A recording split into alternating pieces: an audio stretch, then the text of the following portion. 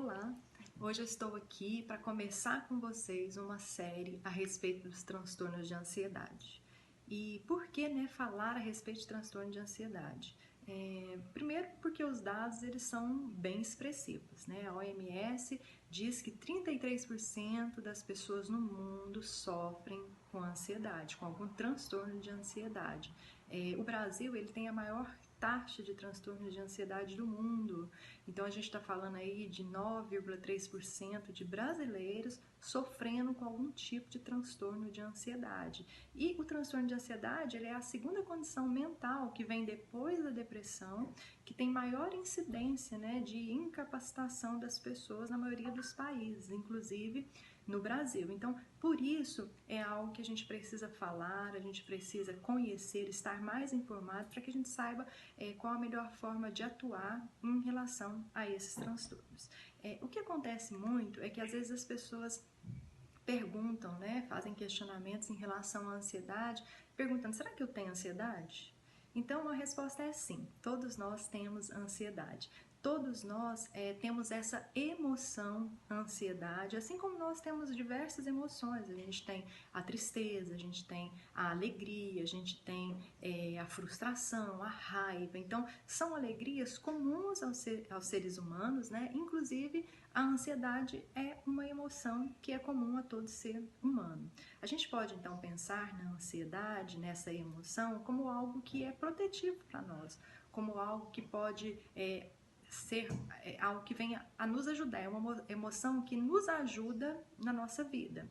Porém, quando eu penso na emoção ansiedade, eu posso pensar nela como se ela fosse um alarme, Um alarme que, diante de situações onde eu devo lutar ou fugir, esse alarme desperta, ou seja, o meu cérebro, então, manda informações para o meu corpo. Que tipo de informação? Informação aonde o meu coração às vezes dispara, ou seja, a adrenalina aumenta, faz o meu coração disparar, faz então ir mais sangue para os meus músculos, para que eu possa então me preparar para fugir ou para lutar. Isso era muito comum e é muito fácil a gente observar nos nossos ancestrais, quando a gente olha para o homem da caverna, um homem que tinha que lidar com situações muito adversas, como por exemplo enfrentar um animal selvagem. Então, diante desses enfrentamentos, essa emoção, ansiedade, despertava ali no corpo dele, no cérebro dele,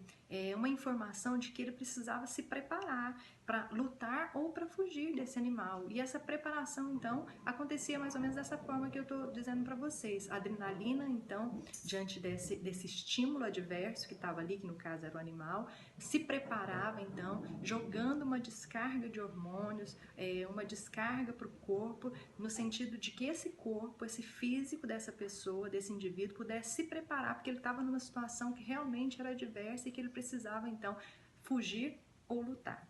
Porém, a gente continua, mesmo não estando lá como o homem da caverna, como esse homem que tem que enfrentar animais selvagens, nós continuamos tendo esse alerta, esse alarme no nosso corpo, que diante de situações do nosso dia aí, que são um pouco mais complexas, essa ansiedade, esse alarme, ele desperta. Então, por exemplo, se eu tenho que fazer um concurso, se eu vou prestar uma prova, o meu corpo ele começa então a gerar um pouco de ansiedade para que eu possa entender que eu preciso me preparar melhor, para que eu possa então disponibilizar ali mais tempo, mais preparo, para que eu possa no dia da prova me sair melhor, me sentir então mais preparada para fazer essa prova.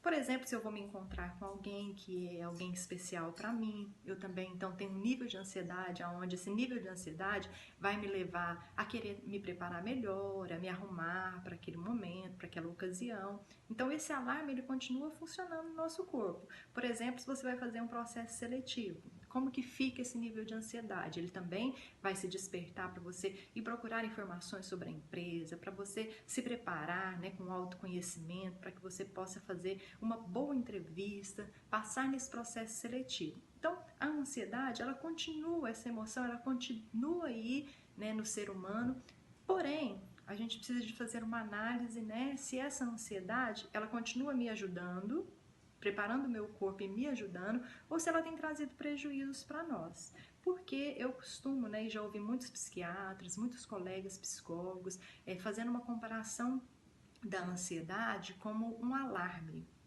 E se a gente pensar no alarme do nosso carro, um alarme que a gente coloca na nossa casa, qual é a função desse alarme? A função é que, diante de um perigo real, esse alarme ele possa disparar para que alguma coisa seja feita, ou seja, para que aquele bem não seja roubado, nem a casa, nem o carro.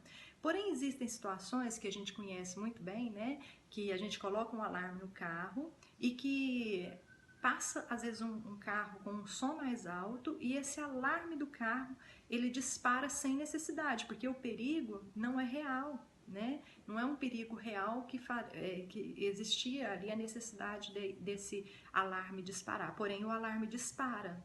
Então, ele não está muito, esse alarme, ele não está muito fazendo o serviço da forma como ele deveria fazer. Ele deveria disparar em que momentos? No momento em que, às vezes, alguém tentasse forçar a maçaneta ali do carro, tentasse forçar o vidro, né? Aí sim, esse alarme deveria disparar. Porém, esse alarme dispara com qualquer miado de gato que passa ali, ou qualquer barulho de carro um pouco mais alto. Então, começa a se entender que esse alarme do carro está disparando em momentos que ele não deveria disparar.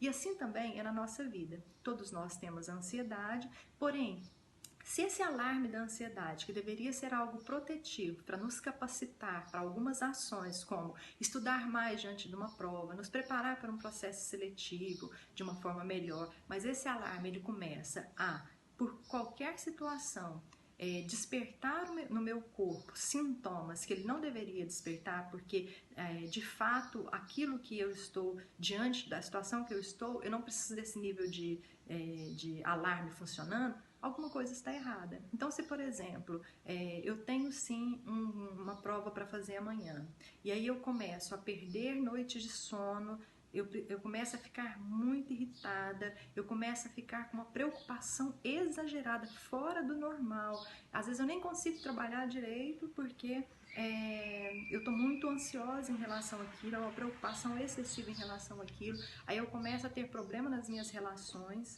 eu começo às vezes a ter problema lá no meu trabalho porque eu não consigo ir trabalhar em função daquela prova que eu vou fazer. Então eu começo a perceber que esse meu alarme, que é essa ansiedade, ele está tocando de uma forma que ele não deveria tocar, que ele não deveria despertar, porque essa situação, ela é uma situação onde eu não preciso ter esse medo excessivo, eu não preciso então de entrar nesse estresse excessivo. Então quando a gente começa a perceber que esse alarme da ansiedade, ele tem tocado nas nossas vidas de uma forma descontrolada, né, de uma forma que ele não deveria tocar, eu começo a pensar então em um transtorno de ansiedade e não mais nessa ansiedade que todo ser humano tem, que é benéfica e que nos ajuda e nos capacita para as nossas ações, né? Então eu tenho que começar a ficar alerta, porque aí eu já estou trazendo diante de situações comuns do dia a dia um nível de preocupação que está sendo disfuncional, ou seja, não está fazendo bem para mim, não está fazendo bem para as minhas relações, está às vezes até me incapacitando já diante da minha vida. Então a gente já está começando a falar aqui não mais dessa ansiedade normal, mas nós estamos falando do transtorno de ansiedade, da ansiedade patológica, da ansiedade que já se torna uma doença, que deixa de ser uma proteção e uma ajuda para o meu corpo e passa então a interferir na minha vida de uma forma negativa, trazendo prejuízos aí em várias áreas da minha vida. Então aí nós estamos falando dos transtornos de ansiedade.